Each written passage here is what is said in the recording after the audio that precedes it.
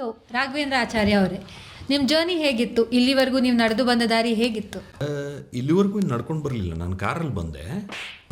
ಅಲ್ಲ sir, okay, let me explain. ನಗ್ಸೋರ್ ಮನಸ್ಸಲ್ಲೂ ತುಂಬ ನೋವಿರುತ್ತೆ ಅಂತ ಹೇಳ್ತಾರಲ್ಲ, ಆ ಥರ ನಿಮಗೂ ಏನಾದರೂ ಆಗಿದೆಯಾ? ಇಲ್ಲಲ್ಲ ಸರ್, ಸ್ವಲ್ಪ ಏನಾದರೂ ಯೋಚನೆ ಮಾಡಿ sir. Childhood, marriage, college, school ಏನಾದರೂ? ಹಾಂ, ಒಂದು ಇನ್ಸಿಡೆಂಟ್ ನನಗೆ ರೀಸೆಂಟ್ಲಿ ಆಗಿದ್ದು. ಯಾವುದಂದರೆ ಜನವರಿಲಿ, ನಾನು ಇದುವರೆಗೂ ಯಾರ ಮುಂದೆ ಹೇಳ್ಕೊಂಡಿಲ್ಲ, ಜನವರಿಲಿ ಒಂದು ಘಟನೆ ನಡೀತು. ಇನ್ನೂ ನನಗೆ ಅದು ರಿಕವರ್ ಆಗೋಕ್ಕಾಗ್ತಿಲ್ಲ.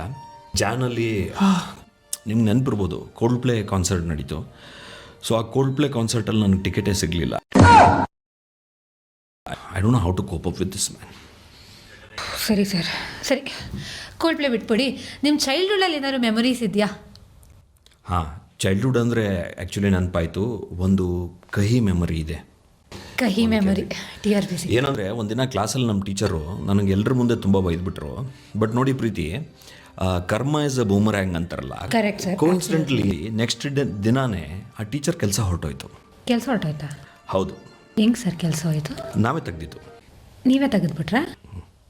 ಹೆಂಗೆ ಸರ್ ತೆಗೆದ್ರಿ? ನಮ್ಮ ಅಪ್ಪನೇ ಓನರ್ ಅಲ್ಲ. ಓನರಾ? ಹೌದು. ಹಾಂ, ನಿಮ್ಮಪ್ಪ ಓನರ್. Okay okay sir. ಏಯ್, ವಾಟ್ ಹ್ಯಾಪನ್?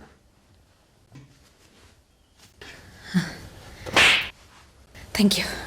ಓಕೆ ಸರ್, ಯಾಕೆ ನಮ್ಮ ಶೋಗೆ ಬಂದಿದ್ದೀರಾ? ನನ್ನ ಸ್ಟ್ಯಾಂಡಪ್ ಶೋ ಇದೆ ನಾಳೆ, ಅದನ್ನು ಪ್ರಮೋಟ್ ಮಾಡೋಣ ಅಂತ ಬಂದೆ. ನಮ್ಮ ಶೋನೇ ಬೇಕಿತ್ತಾ ಸರ್ ಬರೋಕ್ಕೆ? ನಿಮ್ಮ ಶೋ ಅಂದರೆ ನಮ್ಮ ಮನೆಗೆ ಹತ್ತಿರ ಅಲ್ಲ, ಅದಕ್ಕೆ ಬಂದಿದ್ದಿಲ್ಲಿ ನಾನು.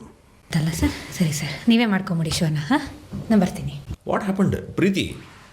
ಅಯ್ಯೋ ಭಾರಿ, ಏನು ಬರೀ ಬಡವ್ರ ಮಕ್ಕಳೇ ಬೆಳಿಬೇಕಾ? ಶ್ರೀಮಂತರ ಮಕ್ಕಳು ಬೆಳಿಬಾರ್ದಾ?